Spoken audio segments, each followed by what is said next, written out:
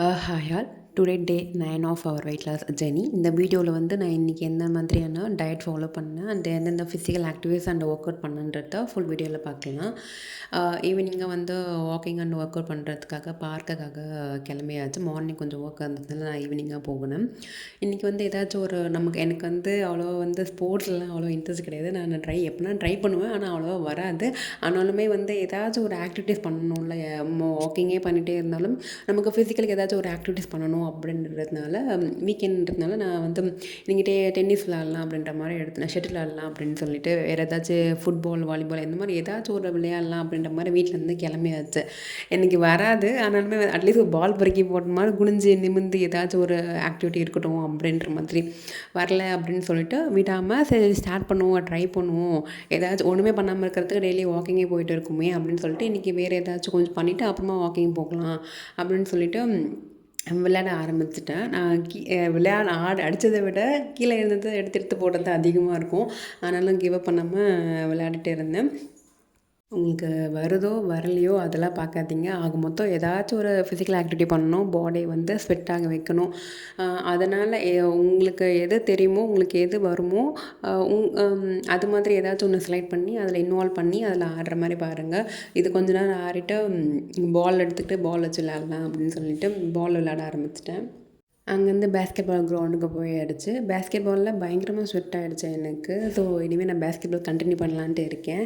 அப்புறம் எப்பயும் போல் நம்ம வார்ம் அப் ஸ்டார்ட் பண்ணியாச்சு. ஃபுல் பாடி வார்ம் அப்பு. ஆல்ரெடி வார்ம் அப்பை பார்க்காதவங்க ஆல்ரெடி செப்பரேட்டாக வீடியோ போட்டிருக்கு. எப்படி ஃபுல் பாடி வார்ம் அப் வந்து பிஃபோர் வாக்கிங்க்கு முன்னாடி பண்ணால் ஃபாஸ்ட்டாக வந்து வெயிட் லாஸ் ஆகும் அப்படின்ற மாதிரி கிளியராக போட்டிருக்கு. பார்க்கணுன்றவங்க அங்கே செக் பண்ணி பாருங்கள். நான் டிஸ்கிரிப்ஷனில் லிங்க் ஆட் பண்ணுறேன். ஆக்சுவலாக சொல்லப்போனால் நம்ம இந்த சம்மர் சீசனில் வெயிட் லாஸ் பண்ணணுன்னு சொல்லிட்டு நிறைய பேர் ஸ்டார்ட் பண்ணுங்க. ஏன்னா நீங்கள் ரெய்னி சீசன்லேயோ இல்லை நீங்கள் டிசம்பர் மந்த்து அந்த மாதிரி டைமில் இந்த குளிர் காலத்தில் இந்த மாதிரி டைமில் வந்து உங்களுக்கு அவ்வளோவா ஸ்வெட் ஆகாது. ஸோ அதனால் வெயிட் லாஸ் ஃபேட் லாஸ் எல்லாமே ஆகும், பட் கொஞ்சம் கம்மியாகிற மாதிரி ஆகும். நீங்கள் அதுவே சம்மரில் நீங்கள் ஸ்டார்ட் பண்ணிங்கன்னா உங்களுக்கு பயங்கரமாக ஸ்வெட் ஆகும். எப்படி சொல்ல, உங்களுக்கு கலோரி நிறைய பேர்ன் ஆகிற மாதிரி ஃபீல் ஆகும். ஸோ அதனால் வெயிட் லாஸ் பண்ணணும் அப்படின்னு சொல்லிட்டு நிறைய பேர் கமெண்ட் சொல்லியிருந்தீங்க, நான் இவ்வளோ வந்துட்டேன் அவ்வளோ வந்துட்டேன், நான் ஸ்டார்ட் பண்ணலான்ட்டு இருக்கேன், ஆனால் எப்போ ஸ்டார்ட் பண்ணுறதுன்னு தெரியல அப்படின்ற மாதிரி தான் சொல்லிட்டு இருந்தீங்க. ஸோ சம்மர் டைமாக நல்லா யூட்டிலைஸ் பண்ணிக்கோங்க. உங்களுக்கு வெயிட் லாஸ் பண்ணணும் அப்படின்றவங்களுக்கு சம்மர் தான் வந்து ஒரு பெஸ்ட்டு சாய்ஸு. ஏன்னா இதில் வந்து நீங்கள் கொஞ்சமாக எஃபர்ட் போட்டாலுமே உங்களுக்கு ரொம்ப நல்லா ரிசல்ட் கிடைக்கும். எனக்கு அப்படி தான் கிடச்சிது. ஏன்னா நான் வந்து 2020 என்னுடைய ட்ரான்ஸ்ஃபர்மேஷன் வீடியோ பார்த்தவங்களுக்கு தெரியும். நான் அப்போ அப்படி தான் பண்ணேன். கரெக்டாக மார்ச்சில் ஸ்டார்ட் பண்ணேன். அந்த இயரோட எண்டு நவம்பர் டிசம்பருக்குள்ளே எனக்கு வெயிட் லாஸ் ஆகிடுச்சு. ஸோ அதனால தான் சொல்கிறேன், சம்மர் வந்து பெஸ்ட்டு டைமு. உங்களுக்கு வந்து ரொம்ப பீக்கில் வந்து டக்குன்னு வெயிட் லாஸ் ஆகிற மாதிரி இருக்கும். நீங்கள் வந்து சம்மரை விட கம்பேர் பண்ணி பாருங்கள். ரெய்னி சீசனில் நம்மளுக்கு அவ்வளோவா ஸ்வெட்டே ஆகாது. அது சம்மரில் பயங்கரமாக ஸ்வெட் ஆகும். ஸ்வெட் அதிகமாக ஆகும்போது ஹார்ட் பீட்லாம் இன்க்ரீஸ் ஆகும். அப்போ கலோரி கரெக்டாக பேர்ன் ஆக ஸ்டார்ட் ஆகும். ஸோ அதனால் சொல்கிறேன், சம்மர் டைமை நல்லா யூட்டிலைஸ் பண்ணிக்கோங்க. இதெல்லாம் ஒரு சிம்பிள் ட்ரிக் மாதிரி தான். உங்களுக்கு வேறு ஏதாச்சும் டவுட்டு ஏதாச்சும் இது ரிலேட்டடாக கேட்கணும் அப்படின்னா கூட எங்களுக்கு கமெண்ட் செக்ஷனில் கேளுங்க. எனக்கு அந்தளவுக்கு பெருசாக வந்து தெரியலனா கூட எனக்கு தெரிஞ்ச என்னுடைய எக்ஸ்பீரியன்ஸில் நான் கேதர் பண்ணேன். என்னுடைய நாலேஜை பேஸ் பண்ணி நான் உங்களுக்கு என்னால் முடிஞ்ச அளவுக்கு ரிப்ளை பண்ண பார்க்குறேன். மோஸ்ட்லி நான் எல்லா கமெண்ட்ஸுக்குமே நான் ரிப்ளை பண்ணுவேன். அந்த இதெல்லாம் வந்து வார்ம் அப் தானே, நம்ம டெய்லியும் பண்ணுறது தானே அப்படின்னு சொல்லிட்டு என்றைக்குமே ஸ்கிப் மட்டும் பண்ணிடாதீங்க. டெய்லியும் பண்ணுறது தானே அப்படின்ற ஒரு இது தாட் மட்டும் வேணாம். என்றைக்குமே டெய்லியுமே பண்ணுங்கள். அது ரொம்ப நல்லது. ஏன்னா நீங்கள் எடுத்தோடனே வாக்கிங் போக வேணால் கொஞ்ச நேரம் வார்ம் அப் பண்ணிவிட்டு அதுக்கப்புறமேட்டுக்கு வாக்கிங். எனக்கு ஸ்குவாட் வந்து ஃபஸ்ட்டு ஸ்டார்டிங்கில் இந்தளவுக்கு என்னால் பெண்ட் பண்ணவே முடியல. இதுவே ஒரு ஆஃப் ஸ்குவாட் மாதிரி தான் இருக்குது. ஆனால் டே 2 டே 3 வீடியோ பார்த்தவங்களுக்கு தெரியும், நான் இப்போ தான் கொஞ்சமாக ஸ்குவாடே கொஞ்சம் இன்னும் பெண்ட் பண்ணி கீழே போயிருக்க லெவலுக்கு வந்திருக்கேன். அப்புறம் நீங்கள் வாக்கிங், ஜாகிங் இந்த மாதிரி ஏதாச்சும் ஃபிசிக்கல் ஆக்டிவிட்டி பண்ணும்போது ஒரு சில பேர் சாங்ஸ் கேட்பாங்க. அது அவங்களுக்கு ஒரு பிடிச்ச மாதிரி இருக்கும். எனக்கு வந்து சாங்ஸ் கேட்டாலோ இல்லை ஃபோன் யூஸ் பண்ணாலோ எனக்கு அவ்வளோவா செட் ஆகலை. ஹெட்செட்டு, பட்ஸ் நான் எல்லாமே ட்ரை பண்ணி பார்த்துட்டேன். எதுவுமே வந்து எப்படி சொல்கிறது, குனிஞ்சாலோ நிமிர்ந்தாலோ ஏதான்னு எனக்கு வந்து டிஸ்டர்பாக இருக்கிற மாதிரியே இருக்கா. ஃபோனு கையில் வச்சுட்டு வாக்கிங் நடந்தாலுமே அதுவுமே டிஸ்டர்பாக இருக்கிற மாதிரி இருக்குது. ஸோ எதுவுமே இல்லாமல் சும்மா அப்படியே வேடிக்கை பார்த்துக்கிட்டு அந்த காற்றை பார்த்துக்கிட்டு அது மாதிரி நடந்தாலே ஓகேவாக இருக்கிற மாதிரி இருக்குது. பாட்டு கேட்டு நடந்தால் ஒரு மாதிரி காது வலிக்கிற மாதிரி இருக்குது. ஆனால் என் கூட வர நிறைய பேர் வந்து அந்த மாதிரி தான் ஒரு என்டர்டெயின்மெண்ட் மாதிரி ஃபோன் யூஸ் பண்ணிக்கிட்டே பாட்டு கேட்டுகிட்டே அதேமாதிரி நடக்கிறாங்க. பட் அது எனக்கு செட் ஆகலை. மேபி அவங்களுக்கு அது செட் ஆகிட்டு இருக்கலாம், பழகிட்டு இருக்கலாம். இது வந்து ஸ்கிப்பிங் வித்தவுட் ரோப்பு. நீங்கள் வந்து ரோப்பில் தான் பண்ணணும்னு கிடையாது. வித்தவுட் ரோப்பில் கூட நீங்கள் வந்து ஸ்கிப் பண்ணலாம், ஒன்றும் ப்ராப்ளம் கிடையாது. ஸ்டார்டிங்கில் ஓவர் வெயிட்டில் இருக்கிறீங்கன்னா பண்ண வேணாம். ஒரு கொஞ்சம் நாள் வந்து டயட் மூலிமா வெயிட் லாஸ் பண்ணிவிட்டு அதுக்கப்புறமேட்டுக்கா இது மாதிரி ஜம்ப் பண்ணுற எக்ஸசைஸை, ஹிட் ஒர்க் அவுட்டு, இது மாதிரி கொஞ்சம் இன்டென்சிட்டி அதிகமாக இருக்கிற கார்டியோ எக்ஸசைஸ் பண்ணுங்கள். நான் வந்து இதில் ஒரு செட்டு காமிச்சிருக்கேன். உங்களால் வந்து 2 to 3 செட் பண்ண முடியும் அப்படின்னா, இல்லை வாக்கிங்கை ஸ்கிப் பண்ணிவிட்டு இந்த மாதிரி ஹிட் ஒர்க் அவுட்டை கூட நீங்கள் வந்து ஒரு கண்டினியூ ஒரு 4 செட்டுக்கிட்ட பண்ணிங்கன்னா அது ஈக்குவல் ஆகிடும். ஓகேங்களா? வீட்டில் வந்து இடம் இல்லை, வெளியே போக இடம் இல்லை, மொட்டை மாடியில் இடம் இல்லை அப்படின்றவங்க ஒரு சின்ன குட்டி ஸ்பேஸ்லேயே ஒரு 8 மாதிரி ஷேப் போட்டு 8 ஷேப் வாக்கிங், அதில் நீங்கள் நல்லா கேள்விப்பட்டிருப்பீங்க 8 ஷேப் வாக்கிங். அதுவுமே வந்து எனக்கு ஒரு சில டைமில் எப்போனா சம்மர்லேயே மழை வரும் பார்த்தீங்களா, அந்த மாதிரி டைமில் நான் வீட்டுக்குள்ளேயே 8 ஷேப் வாக்கிங் போட்டு நடப்பேன். ஆனால் அதோட டிஸ்அட்வான்டேஜ் என்னென்னா, நீங்கள் நார்மலாக வந்து நடக்கிறத விட 8 ஷேப் வாக்கிங் நடந்தீங்கன்னா உங்களுக்கு சீக்கிரமாக முட்டி வலி வர மாதிரி அது நான் வந்து ஃபீல் பண்ணேன். ஏன்னா அந்த 8 ஷேப்புக்கு நடக்கும்போது நம்மளோட ஹிப்பும் ரொட்டேட் ஆகும், நம்மளுடைய கால் அந்த முழங்கால் இருக்குங்களா அதுவும் சேர்ந்து ஒரு ஒரு முறையும் ரொட்டேட் ஆகும். அந்த மாதிரி பண்ணும்போது டக்குன்னு நம்ம முட்டி வலி வர மாதிரி இருக்கும். அதனால் வந்து ஸ்ட்ரெயிட்டாக நடக்கும்போது அவ்வளோவா பெயின் இல்லாத மாதிரி இருக்கும். இந்த பெஞ்ச் ப்ரெஸ்ஸும் புஷ்அப் எக்ஸசைஸும் பண்ணும்போது மட்டும் என் கை என்னன்னே தெரியல, வளையவே மாட்டுது. பாடி மட்டும் வளையுது, ஆனால் கை வளைய மாட்டேங்குது. பட் நான் ட்ரை பண்ணிகிட்டே இருக்கேன்.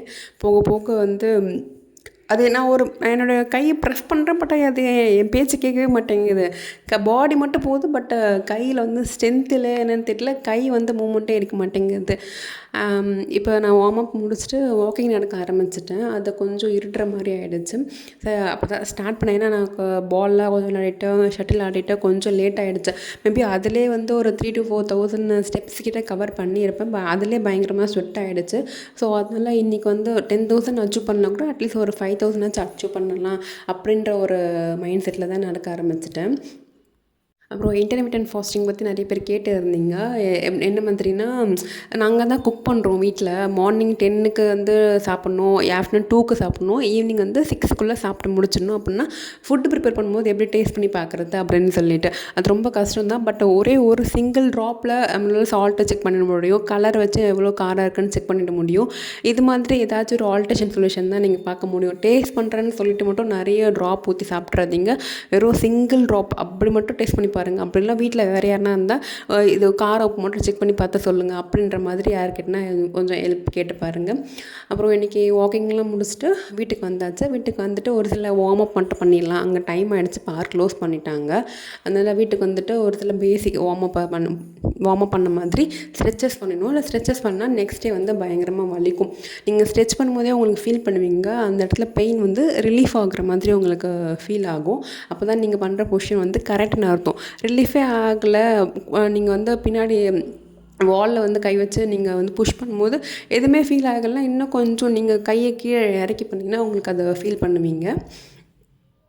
அப்புறம் நீங்கள் ஒரு நாளைக்கு எவ்வளோ ஸ்டெப்ஸ் கம்ப்ளீட் பண்ணுறீங்க, எந்த மாதிரி டயட் ஃபாலோ பண்ணுறீங்க அப்படின்றத எனக்கு கமெண்ட் செக்ஷனில் மெசேஜ் பண்ணுங்கள், நானும் தெரிஞ்சுக்கிறேன். நான் ஏதாச்சும் மிஸ்டேக் பண்ணாலும் எனக்கு கைட் பண்ணுங்கள், வேறு ஏதாச்சும் இம்ப்ரூவ் பண்ணணுமா அப்படின்னு சொல்லிவிட்டு. நாளைக்கு டே 10ல் என்னுடைய வெயிட் எவ்வளோன்னு சொல்லிட்டு நான் போஸ்ட் பண்ணுறேன். இன்றைக்கி வந்து என்னால் மேக்ஸிமம் 6,000 ப்ளஸ் தான் வந்து ஸ்டெப்ஸ் அச்சீவ் பண்ண முடிஞ்சிச்சு. பட் நான் வந்து நிறைய கலோரி பர்ன் பண்ணியிருக்கேன், ஏன்னா ஸ்போர்ட்ஸ் ஆக்டிவிட்டீஸ்லாம் பண்ணதுனால. இன்றைக்கி டயட் என்ன, மார்னிங் வந்து கேரட்டு பீட்ரூட்டு நல்லா சோப் பண்ணி சாப்பிட்டாச்சு. 3 எக்கு வந்து என்டையர் டேக்கு மார்னிங் ஆஃப்டர்நூன் ஈவினிங் அப்படின்ற மாதிரி ஸ்ப்ளிட் பண்ணி எடுத்துக்கிட்டேன் ப்ரோட்டீனுக்காக. வேறு சோர்ஸ் எனக்கு எதுவும் கிடைக்க மாட்டேங்குது. ஸோ நெக்ஸ்ட்டு பார்க்கலாம். பாடி ஹீட்டாக இருக்குதுன்னு சொல்லிட்டு நான் நேற்றே சொல்லியிருந்தேன். அதனால் மில்கில் வந்து ஆல்மண்ட் கம்மும் சப்ஜா சீட்ஸும் நான் எஸ்டே நைட்டை ஸ்டோக் பண்ணி வச்சுருந்தேன். அதை ஆட் பண்ணி வாட்டர் மெலன் இருந்துச்சு, வால்நட்டை கட் பண்ணி அதில் போட்டு அதில் மிக்ஸ் பண்ணி சப்ஜா சீட்ஸு ஆல்மண்ட் கம்லாம் மிக்ஸ் பண்ணி அதில் சாப்பிட்டேன். ரொம்ப நல்லா இருந்துச்சு.